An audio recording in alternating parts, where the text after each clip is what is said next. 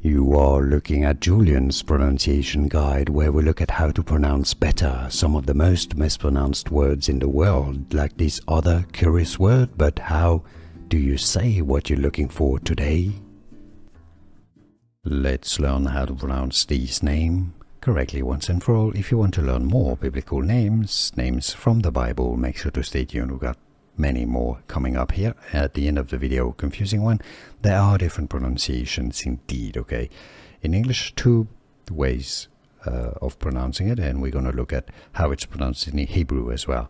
So in English you got Zuph or Zuph, okay? So that's the two different pronunciations. Now in Hebrew it's normally pronounced as Zuph, Zuph, okay? So it's more of a ts sound at the beginning.